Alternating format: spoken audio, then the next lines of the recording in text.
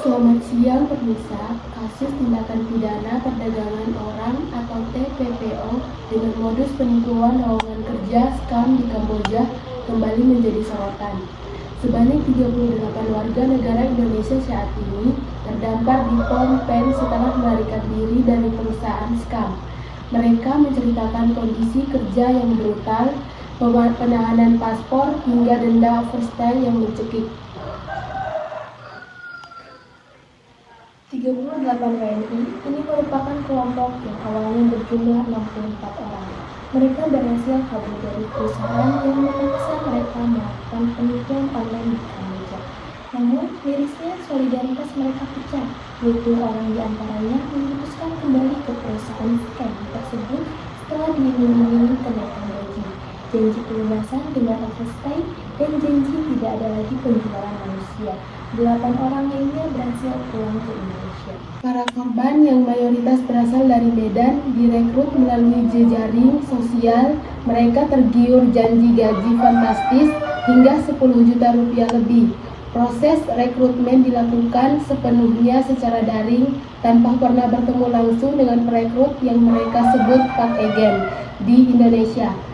Mereka bahkan ditanggung biaya paspor dan tiket pesawat. Namun di tempat kerja biaya dipotong dari gaji. Janji awal pekerjaan sebagai staf restoran atau di kantor judi online langsung berbalik 180 derajat setibanya di Kamboja. Korban pertama pada video konferensi mengatakan, awalnya semua dijanjikan sebagai judol, namun sudah sampai di tempat itu berbeda lagi. Ternyata dikerjakan sebagai scam menipu orang. Pada modus penipuan yang mereka jalankan menyasar sesama WNI. Mereka memanfaatkan data pengguna aplikasi e-commerce seperti Shopee dengan mengiming-imingi korban bahwa mereka bisa menghapus pinjaman atau membersihkan data pinjaman dari sistem. Data pinjaman dari sistem. Untuk proses penghapusan data ini, korban di Indonesia diminta mentransfer sejumlah uang yang nominalnya berkisar antara belasan hingga puluhan juta rupiah. Kondisi kami saat ini, Bu, Pak, yang saat ini yang orang-orang yang tersisa dari 64 orang yang termasuk bisa dibilang grup 64. Nah, ini posisi untuk kamar kami. Ini yang semuanya berisikan, kalau untuk satu kamar itu ada 20 orang. Di sini letak barang, di sini tempat tidurnya juga, di lantai-lantai ini. Untuk kamarnya juga ini tidak ada kamar mandinya. Kami hanya untuk mandi, seperti ini tempatnya. Ditambah ini juga ada kamar mandi, tapi tidak bisa digunakan sama sekali. Nah, jadi apa yang ada, karena ini yang murah, serasa kami, ini yang kami perlakukan. Nah, tapi kami mengambil kesempatan untuk kamar ini karena ini halaman balkonnya ini luas. Nah, jadi kami pergunakan bisa untuk ngumpul ramai-ramai di sini. Kalau ada sekiranya untuk yang dimitingkan ataupun dibicarakan, kami kumpul ramai-ramai di sini, begitu. Nah, ini untuk satu kamarnya ini dia harganya $20. $20 untuk satu malamnya. Jadi inilah yang bisa kami pergunakan untuk menghemat uang setiap harinya, menampung teman-teman yang lain sekiranya bisa tidur lah, bisa istirahat. Saat ini, ke-38 WNI terancam denda overstay karena perusahaan tidak mengurus visa kerja mereka.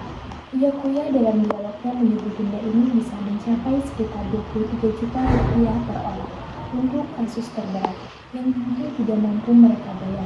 Selain itu, mereka juga harus mengurus SPAP atau dokumen pengganti paspor yang juga memerlukan biaya.